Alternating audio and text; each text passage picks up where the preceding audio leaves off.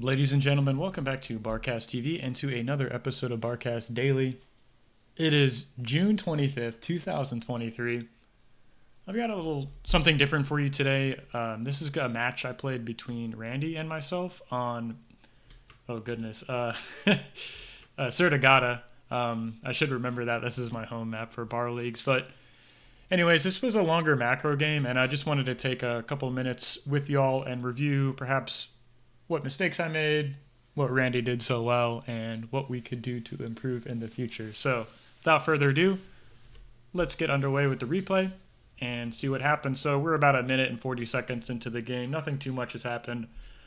I've gone for a bot lab open, and it seems like Randy's gone for something similar. After a 3-mech start here, I do something a little bit different on this map, and I go for a 2-mech spawn over here just so my factory is a lot closer to this reclaim in the center.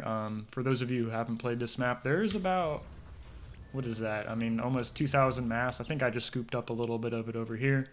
There's about 2,000 mass on this map, so these early res bots are really strong in my opinion. I think if you're not really kind of contesting this mess in the middle of the board, getting some early units out, you're kind of just giving your opponent the opportunity to get this mass for free. So it's really really important to contest this. So that being said, kind of tailor my open to around that, and I use this extra starting mass to get a very quick construction turret, and I think that kind of lets me get like a lot of early game, or strong early game, I should say. So see, Randy's already leaving his main base here. Has gone for, what was that, 2 construction bots after two grunts here, and unfortunately I end up losing my initial res bot. Kind of unfortunate. I'm not sure where Randy likes to start on this map, so I just I try and randomize the pathing of this res bot or for the reclaim. You know, sometimes I go here. I'm sharing you guys all my secrets, so here we go. I try and randomize the path, or even randomize my build order between like how, like, do I go grunt first? Do I do like, grave robber first? Do I do like 2 grunts, grave robber, 2 more grunts? So I try and randomize that a little bit, just to not be so predictable on how I choose to open this map. I see of actually moving my commander to this high ground. I've since this game altered how I like to my expansion pattern, so to speak. Maybe I'll just pause this real fast for you guys. After this construction turret finishes with the commander, I'll actually come up this right side of the map and make my way to this second main, or another main choice perhaps, and just make like mexes and LLTs and radars as I go. I think there's like a lot of mass up here on this right side, and I just want to use the commander's build power and stability to grab those. And then with my other expanding engineers, I'll go and like put a radar here on this high ground and move into the center. I'll swing over here. I'm really giving you guys all my secrets here, but I'll come grab these 3 mexes, and I'll make the what is this unit called? The exploiter. I'll put 2 exploiters on these 2 mexes, put a radar and a couple of LLTs to kind of lock down this pathway here, and that gives me a little bit of safety, prevent run bys from coming into the back of my base. Anyways, so it's not quite really what I want to analyze or share with y'all. It's more or less like some of these moves that happened in the mid game that I definitely made some mistakes in this game, like army positioning wise. Randy made a really great tech switch into air and got a lot of value over the course of the game. So we'll take a look and see kind of where he did that, how I could defend myself against this, or what I could do to kind of mitigate the advantage he has. So this was the start of a really long micro battle, I'd say here. I ended up making another res bot just to grab this reclaim in the center, which I think is a big deal. I'm up about 300 mass here, and Randy seems to be trying to chase my res bot here. Let me slow this down just a hair. Randy seems to be trying to chase this res bot down, and I know what he's kind of going for here, so I'm just using my factory's output to reinforce that little grunt battle that's going on. We see Randy looking at right now. So see my little grave robber pops back into view for a second. He's trying to micro back to take that out, but I think I do a decent job microing this. Do I end up losing that? Yeah, but there's even that. There's a little reclaim field forming up there, and of course like the mass we have from that grave robber. Let me turn off this player view for a second, speed the game back up, because really I want to get to the mid game and see kind of where I'm at different points and phases in this game. Still up about 500 mass. Not the biggest deal. We see this like chain. I want to say this radar gave me a lot of information about where his unit movements were, and I can see he's kind of streaming up to this top right side of the map. So I'm just trying to continue to reinforce that position. End up saving that graveyard. That was a nice little catch. Just trying to continuously reinforce this position with the production from my factory. And I think I end up getting some decent trades here, so I kind of forced Randy to retreat off of that position, kind of running his grunts single file into there. Kind of spot this expansion here. I wasn't able to catch those two construction bots on the left-hand side of the map. And let me pause the game maybe and just take a look at these two positions here and see what's what. So about 1k up on mass. That's good. I see he's got 4 construction turrets almost finished in the main base. Still sitting on 1 factory and has about 440 E per minute. So, sorry, per second. A little bit higher than mine. So definitely can see that's a deficit. I have one construction bot adding on wind turbines, and I'm down on build power in the main base. But let's take a look at these army compositions. I've got 10 grunts there, another 3 and excuse me, what is that, about 15 grunts, 16 grunts right there, 2 on the left side of the map compared to Randy. So I've got a little bit more of a standing army here by quite a bit, but Randy is gearing up to kind of move into 2 factory production. He's got a lot of build power in the main base and has enough mass income, I believe, to, 26, a little bit more, just a couple more mexes, and he'll be able to move on to 2 factory production. So take a look at these radar positions here. Randy's continuing to add on these radars in the middle of the map, has a double construction bot gang kind of expanding up this left side of the map. And I mean, from these positions, I think the game is like relatively even. You know, you see a couple different differences in like how much build power, how much E, how much total mass is mined. I think really the game's kind of even. I wouldn't give either player like a huge advantage if there is one. Maybe Randy is in a little bit stronger position just off this build power. I kind of like that. As this extra mass starts coming in, he's going to be able to start spending it really efficiently. So trying to poke on the left side. I know he's trying to expand here, so I'm just trying to slow that down. And this was like my first blunder, I'd say. I saw his grunts like out of position, so I'm like, oh, I can kind of dive into his main base. Didn't realize there was 2 turrets there, and he kind of donated that little bit of those units for free. Left some mass on his doorstep here. I ended up catching 2 construction bots in the middle of the map. Probably could have taken out that exploiter, but so I slowed down his expansion on the left side, and I kind of, here's like a big moment perhaps, and perhaps a weakness in my own build is just how vulnerable, like we can see how close these mains are together, and just the pathing on this commander. This is really nice. So he comes in here, is adding on LLTs, mexes, and radars as he moves. And by the time he arrives on this position, I mean, this is super close to my main base. And his commander can easily kind of walk up here and take out that single LLT guarding that position. I've got 1 exploiter almost done here. And we'll see in the next couple seconds, like, how much damage he's actually able to get done here. So he just walks up, blows up that LLT and radar, takes out 1 of the mexes, and just kind of backs off. He's falling back to his LLT here and his commander. And I think this is like a precarious situation. Like, I don't have any inclination to like, oh, I can snipe this commander, but I kind of sense the danger of him adding on LLTs with his commander, and then using this position to kind of launch attacks into the back of my base. He can come through here, clear out these mexes. He can work around and move over there, and of course use his commander to kind of take this high ground, which is even in a worse position for me because now he has the high ground above my main base. So I really don't want to lose this position right here. I don't want to lose this position on the high ground we see my grunt standing on. So I'm like, all right, he's making LLTs, he's got a commander. I need to start making some thugs to kind of contest this position here. I started to float mass, so I think I used my commander's build power to add on a vehicle plant in the middle of the map here. And although I believe separating our production and eco on different parts of the map is strong, I don't think this position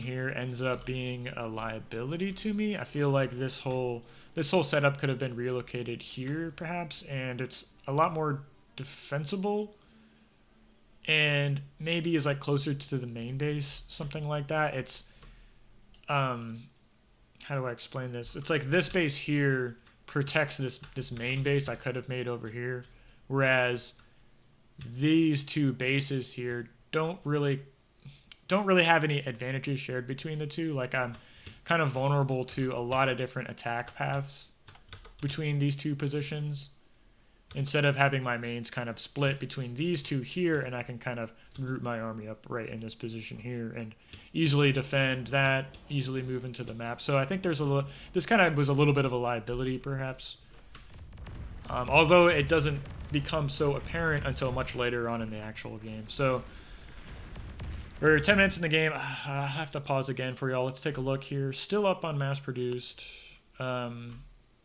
We're relatively even on E. I just think that's the current wind speed is like 2.6. So we see that that's kind of affecting both players' production. And Andy just finished his air factory here. So, and has gone for this trademark Hercules transport.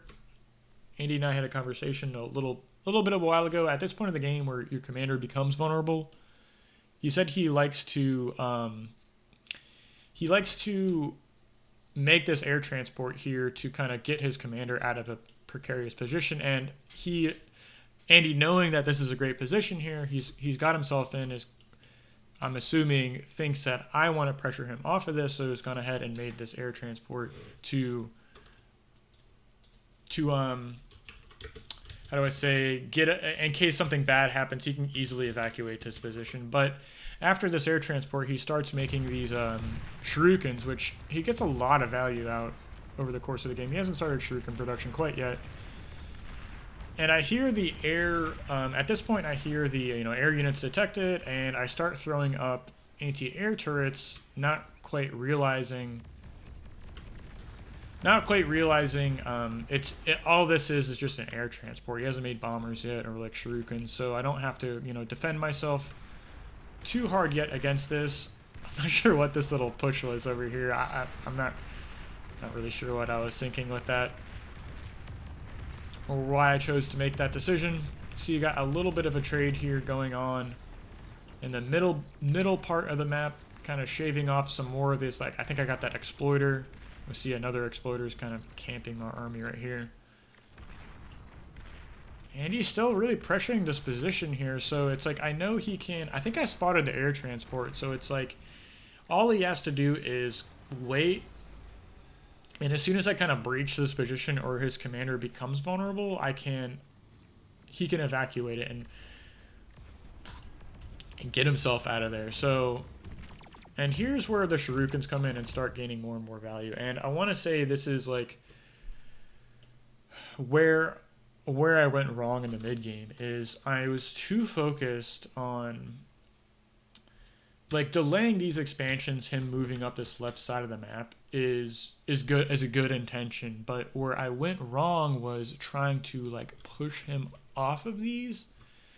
So I played Andy a couple times this day, and he was just kind of methodically, slowly creeping onto the map. So he's like making exploiters, radars, LLTs before continuing to move forward, right? So it's like 1 mechs, 3 LLTs, exploiter. We can see like how slowly and methodically and how much mass he's using to kind of invest and expanding up this left side of the map. And the blunder I make is continuously attacking into this. So as this game kind of goes on and on, I try and make bigger and bigger attacks on this left side of the map and trying to like sweep through here, and that just keeps costing me mass. Instead of, I want to say now, like hindsight looking back on this game, I could have been focusing more on pushing him off of this position here, and that would have like split the map in half for me, so I think delaying these expansions is strong, but as the game goes on,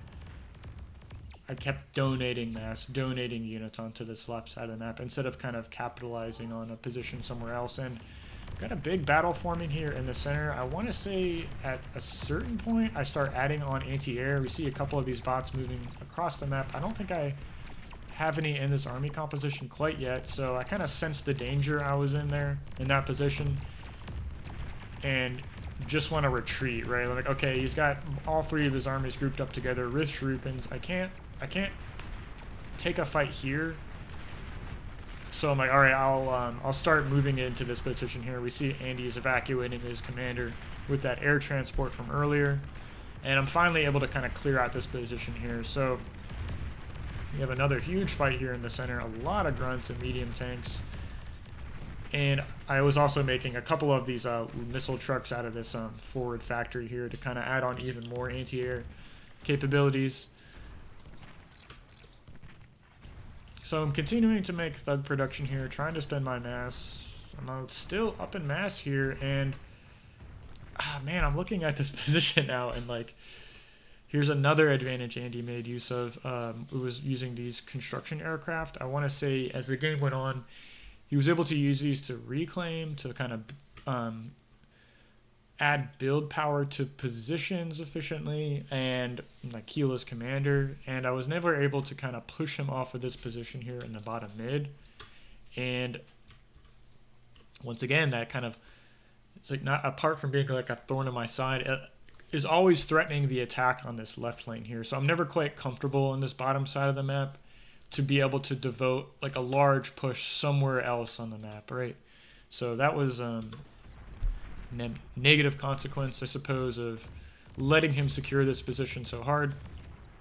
And I think he kept his commander down there for like most of the game. So big battle didn't come to fruition. Andy thought it best to kind of back off and then launch a counterattack onto this left side. I want to say I did a decent job kind of catching this and stopping this run by from happening. Does he sneak in here with these 5 grunts? I'm actually not sure if he gets a lot of damage done here. Pretty low health grunts, so I doubt he gets too much damage. And this is like, well, what do I do in this position? Like, what do you do in this position at 14 minutes in the game? Do I tech? Do I group my army up for a large attack? Like, I've already split the map. I've capped most of the mexes, so it's like, what do I do here? I see he's got his army kind of grouped up, pressing forward. I'm like, all right, I'm going to retreat back to my turrets here, kind of kite him back. Can't take a fight too long here in the middle of the map. He's going to have to like back up at some point. Can't attack into like a commander, 4 LLTs, and a bunch of thugs. And man, I have a decent standing army here. Like, this is interesting to see. Yeah, I see these anti-air bots coming up here, adding on metal extractors, LLTs. So he's using the speed and this build power to kind of quickly retake these positions on the map. Using these thugs here to kind of hold down the fort, and I mean, that's a lot of medium tanks. 16 medium tanks against 12. Yeah, so I have a better standing army here in the middle of the map, kind of donating these anti-air units. That's not what you want to have happen. That's going to let him, it's going to like leave this army kind of vulnerable to those Shurikens. I don't see those on the map anywhere. Where did those Shurikens go? I don't think they were taken out in a fight, maybe. Anyway, so more of these anti-air bots going down, so that's unfortunate. I think all 5 of them I made end up going down there in a pretty short period of time. We've got more medium tanks heading towards the middle. I kind of sensed the danger with my commander there and decided to back up. I think I could kind of hang on to this position. I had a decent amount of units there and LOT, so I don't think I was in any like true danger of dying. Where is this game at, actually? It's got going exploiters here. So we see, like, I think this is good confirmation. I've been making exploiters recently on kind of the farther mexes, and it's cool to see Andy doing the same thing. It kind of confirms my suspicion that those structures are great at pretty much any point in the game when you want to defend a lot of units. And this is, now we see, like, I'm kind of in a bad position here. He's caught this group of units here. That's a nice donation. He's using these Shurikens to lock down that group of tanks here. He's taking out some of these mexes and LLTs and radars in the top right side. I have to commit a lot of thugs to defend against that. And I'm just really kind of like spazzing out, I guess, with my army movements. I'm not quite sure what to do. I keep like moving back and forth with these units here in the center. And he's using these shurikens to kind of fly through here. I'm not sure what his intention is with that. I think he wanted to kind of group that up with this run by here in the top right side of the board to get a lot of damage, but luckily I had one thrasher left over, so I'm kind of dealing with these units. Able to kind of, I have one construction bot heading to the top right side of the map to kind of reclaim that, and still not doing any kind of decisive movements with my army. And I see actually it moved into T2, so I've got an advanced construction bot coming out, advanced construction vehicle, and I'll be moving into Tiger production. So I don't see T2 just yet from Andy. It looks like he reclaimed his bot factory and is just staying on this like vehicle and air factory. Does this on repeat at all? No, he's just adding on additional construction vehicles. What are these called? Excuse me. Construction aircraft, sorry. So he's got a couple of those out on the map. He's making use, he's got his side of the map. Let me pause this real fast and just kind of take a look at these positions here. So, I mean, we're in split map. I'm a little bit up on mass. I've already gone T2, but he has a larger standing army. What is this? 29 tanks here in the middle. I've got about 1 tiger, 14 brutes, 37 thugs, so I have a bigger standing army. And I think the one advantage in the board we can see Andy has is this bottom mid side is a lot more developed than, I suppose, my top mid side, which is really vulnerable. I just have these like 2 naked mexes, and he's queued up a couple exploiters. That's cute, so it doesn't really quite know.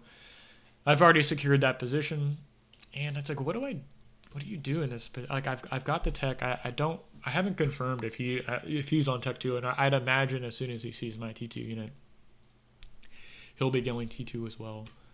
I have one T2 construction vehicle kind of moving back to my original main base, upgrading these mexes, and I want to say I never added on a second one. I didn't add on a second one to. Oh, excuse me. Here it is. Yeah. So I don't have any additional build commands. I have one advanced metal extractor already finished, and I would have liked to have seen this second one kind of come through here and turn these into T2 mexes. So always, you want to be upgrading your T2 on these huge macro maps. You want to be upgrading your mexes T2 as many as you can as quickly as possible, because that's going to let you leverage your tech advantage and, of course, get more units out. So man, I would give myself a little bit at an advantage. I mean, Andy just was able to kind of sweep through here and take out 1, 2, 3, 4, 5, 6, 7 mexes. But he left a lot of mass on my side of the board. Let me take a look and see. That's 1,300 right there. Is there any big reclaim fields? There's a little bit there. I left some mass over here. And I think this is like... This is really where you need to like have a... Sorry, I just don't get into these positions so often. So it's like when I get in the mid game T2 against, you know, the #1 player on the leaderboard, it's like, well, what do you do here in this situation? How do you get an advantage? Where am I looking to take trades? How am I supposed to leverage my tech advantage? I'd imagine it's just kind of grouping up your army and making a frontal attack, but that's really not what ends up happening. You see, I have like two armies here. So I have one on the top side trying to push away this threat here. So I'm like, oh, I'm going to send my couple initial tigers to kind of deal with this. Do they even like trade well? Do I just like walk this into its death? It's going to be unfortunate to kind of see that happen. You have 2 tigers, and here, so I'm like, all right, I have my entire T1 army. I have my entire T1 army on the top side. I'm going to move and attack and try and clear out all these expansions here. And back to our previous discussion about how slowly, I mean, look at these 5 exploiters, 7 exploiters, couple LLTs, and 15 tanks is like not what you want to be pushing into. And he found a nice little bit of damage run by here on the bottom side of the map. So I think this is actually really starting to cost me here. It's like he has gotten run bys and damage done. I'm splitting off my army to try and defend against this. So like right now, this whole army is moving towards my main base to protect that. I have this huge army on the top side pressing or trying to take out his units, and he decides to send the rest of his brutes up the middle here. And lucky for me, I have 4 tigers in the way, but still he kind of moves past my army and is in my back line. So we can see just how much of like my economy he's able to kind of take off of the board here, which is a lot. And meanwhile, in the middle here, these 2 tigers get cornered. Perhaps I've got a lot of thugs here, and this is where his Shurikens come into play. Does he start production back up? No, but he's moved into Tech 2. So yeah, Andy's moved into Tech 2, has some of these tanks coming out of his own. He's getting a lot of damage done here, and it's like this huge army is going, like, what is this, 20 thugs, 3 brutes, and I'm chasing down four tanks here. So not the most efficient trade. He snuck in more units, so he's cleaning up this construction vehicle I sent to kind of retake the top right after his initial attack. And I mean, this is just a huge blunder I'm looking at. It's like on this top left side of the map, I've left so much mass here, and he's able to use these quick. I'm sure what ends up happening is these construction aircrafts come in here and scoop up this 5,000 mass, right? So just donating so much mass to my opponent here in the top left side. But really, I think what I should have done was just leave some army here and move back into the mid, right? Because as soon as I kind of stepped out from this position, he was able to kind of come through here with a run by. He come through here with a run by, came through here, right? So it's, I mean, he really did a great job of kind of using that attack I made over here to kind of say like, oh, where are you weak? Where can I attack? And see how much like red is on my side of the map. I mean, there's like tanks up here attacking, tanks up here, tanks over here, tanks through, Jesus. Tanks here. I mean, there's just tanks everywhere on my side of the map, and not that I don't have the APM to deal with this, it's more of like sensing what position I was in. So this is just a really bad spot. It looks like he's caught one of my T2 construction bots. There's another one here going down, so I want to say perhaps this is like Andy's moving his commander. We can see that. I want to say this is like really where the game was lost. Like I'm up 8k mass, but in the next minute or so, I'm not going to have an economy.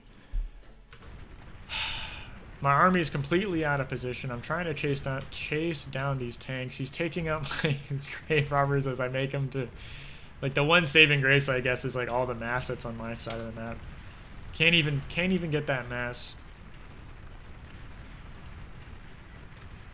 And yeah, finally this push here kind of peters out on the top side, and like we see 6,000 mass. I mean, all I did was take out 1, 2, 3, 4, 5 exploiters. So what is that? Plus 10.5 mass per tick, and left 5,000 mass in the process. So huge blunder. See even this push in the middle, clearing out this expansion. Back to our previous conversation, like this is a vulnerable position at this point in the game, instead of being like up here, right, where I can move my tigers where I see fit, towards the middle, towards this left top side to defend over here. And really that's, I mean, I'm not sure how much farther I should analyze this.